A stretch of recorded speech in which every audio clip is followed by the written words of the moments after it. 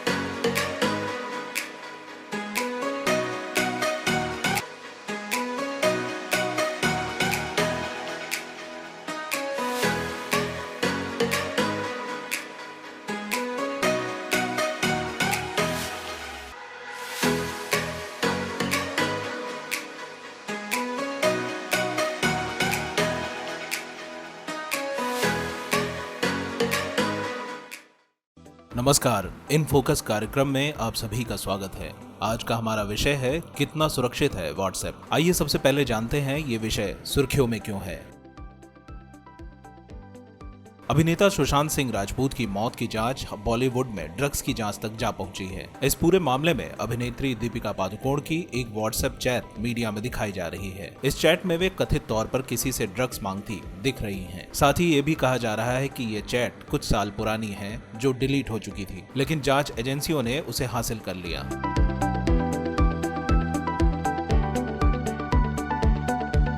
आइए अब समझते हैं कि क्या व्हाट्सएप मैसेज स्टोर करता है।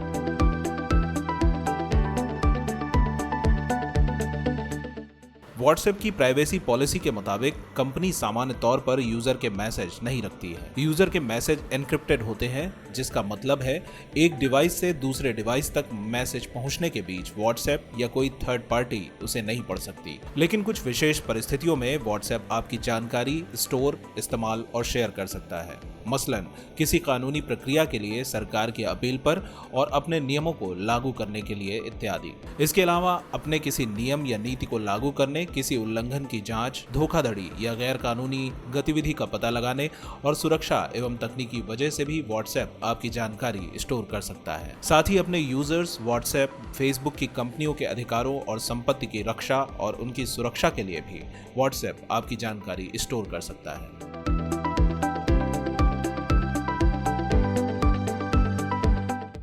आइए अब समझते हैं कैसे सामने आ रही है व्हाट्सएप चैट।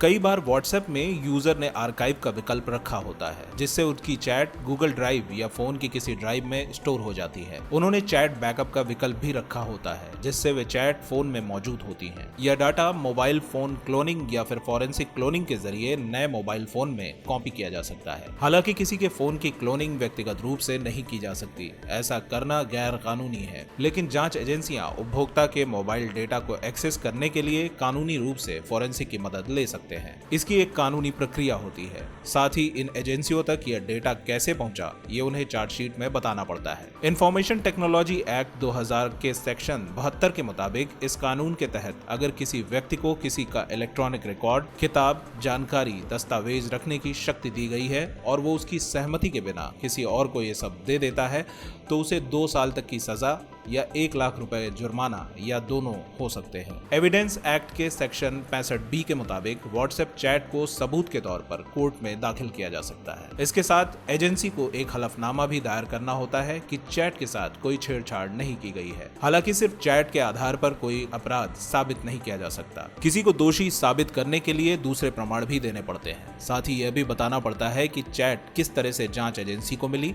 यानी इस चैट का स्रोत अधिकृत है या अनाधिकृत।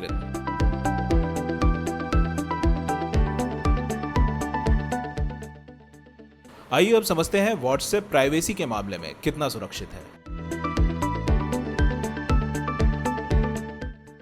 अगर व्हाट्सएप की प्राइवेसी पॉलिसी को ध्यान से पढ़ा जाए तो पता चलेगा कि जो भी जानकारी आप वहां दे रहे हैं वो पब्लिक जानकारी है और उस पर कोई निजता का अधिकार लागू नहीं होता है। साथ ही व्हाट्सएप को हैक करना भी मुश्किल नहीं है। मिसाल के तौर पर अगर कोई जासूसी कंपनी यूजर के व्हाट्सएप में स्पाईवेयर डाल दे तो यूजर को पता नहीं चलेगा। जैसे पिछले साल ही खबरें थीं कि इजरायली कंपनी ने पेगासस नाम का स्पाईवेयर कई व्हाट्सएप अकाउंट में इंस्टॉल कर दिया था और दुनिया भर में इसकी चर्चा हुई थी।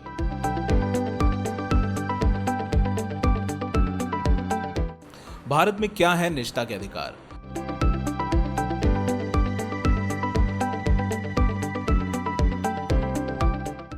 सुप्रीम कोर्ट ने जस्टिस पुट्टा स्वामी बनाम यूनियन ऑफ इंडिया मामले में यह स्पष्ट किया था कि निजता का अधिकार हमारा मौलिक अधिकार है, लेकिन इस मौलिक अधिकार के लागू होने में भी कुछ दिक्कतें हैं। मिसाल के तौर पर भारत के पास निजता से जुड़े कोई विशेष कानून नहीं है, यहाँ तक कि डेटा की सुरक्षा से संबंधित कानून भी नहीं है। ऐसे में भारत के लिए जरूरी है कि साइबर सुरक्षा और निजता की सुरक्षा का कानून लाया जाए और जो सर्विस प्रोवाइडर है उनकी जिम्मेदारियों को भी फिर से परिभाषित किया जाए।